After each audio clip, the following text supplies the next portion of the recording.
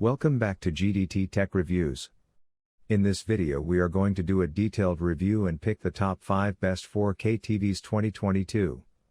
So let us get started and the review based on our studies and small research. If you have any personal suggestion, do let us know in the comment section. If you are for the first time, don't forget to subscribe and click on the bell icon for more videos. We will be also providing affiliates link to purchase from Amazon. Kindly use to for best offers and purchase from anywhere in the world. So let's get started. The Hisense U6G is an entry-level TV in Hisense's 2021 yield lineup. It's a budget-friendly model that delivers better picture quality than most other low-cost TVs, and it rivals more expensive options, but it's limited on extra features. It has a VA panel that performs well both in dark and bright rooms as it displays deep blacks for a great dark room viewing experience, and even in bright rooms, it gets bright enough to fight glare. It comes with Android TV as its built-in smart interface, which has a ton of apps available to download but takes a bit of time to learn. It supports both Dolby Vision and HDR10+, so it can stream your favorite content no matter which format it's in. Unfortunately, it's limited to a 60Hz refresh rate and HDMI 2.0 bandwidth, so you can't use it for high frame rate gaming, and it doesn't support any variable refresh rate, VRR, technology to reduce screen tearing. The Hisense U6G is a great TV for watching movies. It has excellent contrast and outstanding black uniformity, so it displays deep, dark blacks in dark rooms with only a bit of blooming around bright objects. It also has a decent local dimming feature to further improve contrast. It upscales lower resolution content well, which is great if you still have a large collection of DVDs. Unfortunately, it doesn't remove judder from 60p/i sources, so it can't improve the appearance of motion if you watch movies from a cable box. The Hisense U6G looks like a bit of a mix of the Hisense H8G and the Hisense H6570G. The TCL 6 Series/R635 2020 QLED is a flagship 4K LED TV. It's part of TCL's 6 Series lineup that includes the TCL 6 Series/R646 2021 QLED and the TCL 6 Series/R648 2021 8K QLED, and this model has Roku TV as its built-in smart interface. It's user-friendly and has a ton of apps available to download. It features mini LED backlighting that allows the screen to get bright, but even though it's meant to provide greater control over the local dimming zones, its full-array local dimming is mediocre. It has most advanced features people are looking for in a high-end TV, like a 120Hz panel and variable refresh rate, VRR, support, but it doesn't have HDMI 2.1 inputs, so it's not future-proof for console gaming. The TCL 635 South African Rand is a very good overall TV. It's great for watching movies in dark rooms thanks to its fantastic contrast ratio, but sadly its local dimming feature causes blooming around bright objects. HDR content looks great as the TV displays a wide color gamut, and it gets bright enough to make highlights pop. It also has great gaming features like a quick response time and VRR support, but it doesn't have HDMI 2.1 support. It's good for watching sports and shows in bright rooms, but it has narrow viewing angles if you have a wide seating arrangement. The stand is fairly wide, so you may need a large table to place the TV on. Footprint of the 55-inch stand, 42.1 inches x 13.6. The back of the TCL 55 or 635 looks a bit different from that of the TCL 6 Series/R625 2019. The top half is made from a shiny, glossy plastic that feels solid. The bottom half, where the inputs are, is made from matte plastic that feels a bit cheap. Cable management is serviced through the feet. The TCL 6 Series Mini LED has good build quality.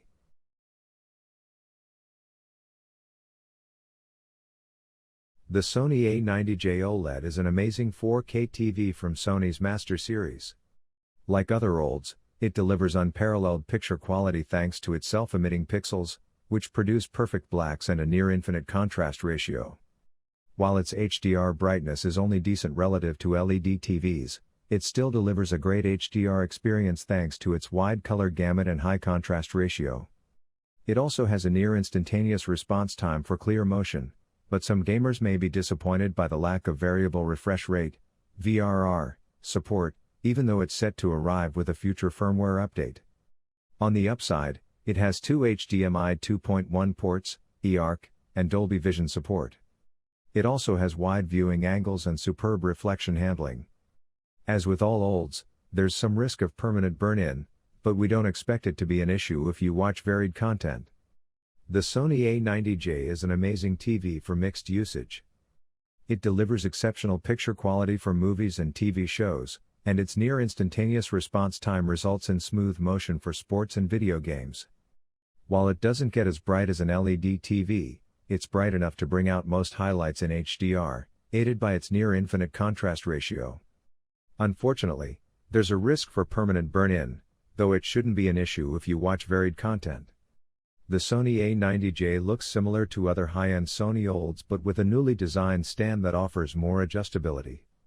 With its thin bezels and metal accents, it looks sleek and premium and is sure to make an impression in any living room.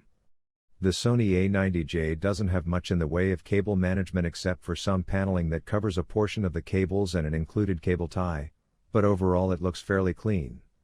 The back of the panel itself is metal while the rest is plastic with vertical ridges. The Samsung QN90A QLED is an excellent TV. It's Samsung's flagship 4K TV in their new Neo QLED lineup, which is an upgrade from their traditional QLED lineup because it uses mini LED as its backlighting. This allows the TV to get extremely bright, enough to combat glare or bring out highlights in HDR content, and it provides more control over its full-array local dimming feature. The local dimming does a great job at improving the picture quality, but you may notice there's some blooming around bright objects. It's packed with gaming features like FreeSync variable refresh rate support, VRR, and G-Sync compatibility. It also has HDMI 2.1 support, but some people may be disappointed that it's limited to one input. Despite having a VA panel, it has fairly wide viewing angles thanks to Samsung's Ultra Viewing Angle technology, so it should be a good choice for fairly wide seating arrangements. The Samsung QN90A is an excellent TV for any use. Its VA panel provides an excellent native contrast ratio and great local dimming to display deep blacks. It gets bright enough to combat glare and has fantastic reflection handling if you want to use it in a well-lit room. Also, gamers should enjoy its VRR support, low input lag, and quick response time for a responsive gaming experience. The Samsung QN90A has a premium design that looks very similar to the Samsung Q90/Q90T QLED, except it's much thinner. It has a clean look with thin bezels that would look good in any setup. The center-mounted stand also elevates the TV enough off the table so that you can place a soundbar in front and not worry about blocking the screen. Overall, it's a very well-built high-end TV. The screen is a bit wobbly on the metal stand, but it's not too noticeable. Footprint of the 55-inch TV, 11.8 inches by 9.2 inches. The Samsung QN90A's build quality is fantastic. Although the entire TV, except for the stand, is made out of plastic, it feels very solid and well put together. The textured plastic feels premium. There aren't any obvious issues or loose parts, which is what you'd expect from a high-end model.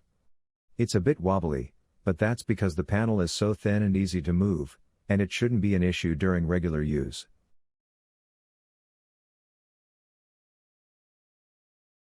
The LG C1 OLED is the 2022 replacement for the LG CX OLED. As expected, it's an amazing TV, but aside from a few minor tweaks and upgrades, like the new game optimizer settings, a redesigned Magic Remote, and a new version of WebOS, it performs about the same as its predecessor. Like all OLED TVs, it has self-lit pixels that can be turned off individually to produce an almost infinite contrast ratio, with dark inky blacks and no distracting blooming around bright objects. Unfortunately, the unit we tested has exceptionally poor out-of-the-box color accuracy, but that can vary between units, so we may have just gotten one with a bad panel.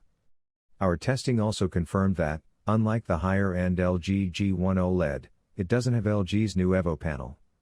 Despite these quibbles, the C1 still has a lot to offer, including a new setting for lower input lag, as well as a near-instantaneous response time and variable refresh rate, VRR, support. The LG C1 OLED is an amazing all-around TV. It has stunning picture quality thanks to its near infinite contrast ratio, which is great for watching movies or gaming in the dark. The near instantaneous response time makes motion look exceptionally clear in fast-moving games and sports, and its low input lag is great for gaming or use as a PC monitor. While it doesn't get very bright for HDR, its high contrast helps it deliver an impressive HDR experience. The stand supports the TV well and feels very solid. It sits fairly low, so placing a soundbar in front could potentially block the screen a bit. As mentioned, the stand is quite wide, almost as wide as the TV itself, so you'll need a big table or console if you're not wall mounting it. Footprint of the stand, 36.1 inches x 9.4. The back of the TV is similar to the LG CX OLED, and the plastic bottom half has slight horizontal etchings to give it texture. The top half of the TV and parts of the stand are made of metal. There's a slot in the back of the stand for cable management. The LG C1 OLED TV feels incredibly well built, much like the LG CX OLED. The metal on the back and in the stand gives it a premium, sturdy feel, and while there's a bit of flex around the inputs, it feels very solid overall. There are no obvious gaps or areas of concern, and we don't think anyone will have any issues with the overall build quality.